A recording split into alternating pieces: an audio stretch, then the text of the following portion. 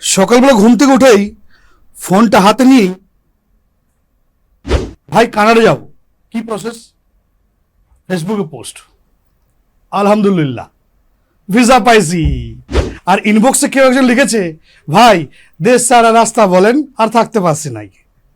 এখন এটাই হলো বাংলাদেশের কালচার। বাংলাদেশে এখন সবচেয়ে জনপ্রিয় ড্রিম হচ্ছে বিদেশ যাওয়া। কেউ পড়তে, কেউ চাকরির জন্য, কেউ শুধু বাঁচতে চায়। এই দেশে থাকতে থাকতে কিছু মানুষ বলতো যে এই দেশেই থাকবো আর কিছু করে দেখাবো। এখন বলা হয় যেভাবে হোক একটা ভিসা পাইলেই হলো। কিন্তু প্রশ্ন হলো কেন? কারণ বাংলাদেশে এখন চাকরি নেই, স্বপ্ন নেই, নিরাপত্তা নেই, আর আছে কেবল রাজনীতি, দুর্নীতি আর দোষারোপের লড়াই। তরুণদের হাতে আছে ডিগ্রি, স্কিল, কিন্তু মূল্য নেই। পরিবারগুলো এখন সন্তানকে সাহস দেয়, চলে যা, যত তাড়াতাড়ি পারিস চলে যা ভাই, চলে যা। কানাডা, অস্ট্রেলিয়া, ইউরোপ, দুবাই, যে যেখানে পারছে চলে যাচ্ছে। কেউ স্টুডেন্ট, কেউ স্টুডেন্ট ভিসায়, কেউ স্কিল্ড, কেউ ট্যুরিস্ট হয়ে গিয়ে কিন্তু আর ফেরে না।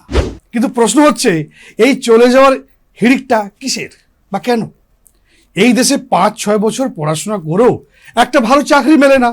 গড় বেকারত্ব 12% প্লাস। তরুণদের মধ্যে সেটা আরও বেশি।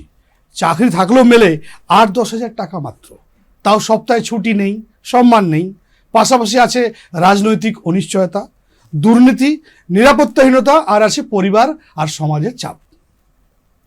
তরুণদের অনেকেই বলে, ভাই আর মানসিকভাবে নিতে পারছি না, এই দেশে থাকলে নিজের স্বপ্নটাই যেন অন্যায় মনে হয়। তারা বিদেশে যায় কারণ সেখানে কমপক্ষে একটা সিস্টেম আছে, পরিশ্রম করলে কিছু পাওয়া যায়। কিন্তু বিদেশে গেলে কি সব ঠিক হয়ে যায়? না, সেখানে আছে একাকিত্ব, কষ্ট, ঠান্ডা, গরম, কালচার শক।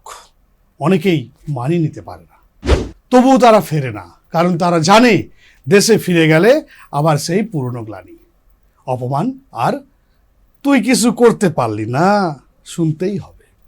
তবে এত কিছুর পরেও ঘুম ভাঙছে না বাংলাদেশের এই ইউনিট সরকারের। প্রশ্ন হচ্ছে কবে পরিবর্তন হবে এই অবস্থার? কবে এর হাত থেকে মুক্তি পাবে এই বাংলাদেশ? প্রশ্ন রইল আপনাদের কাছেও।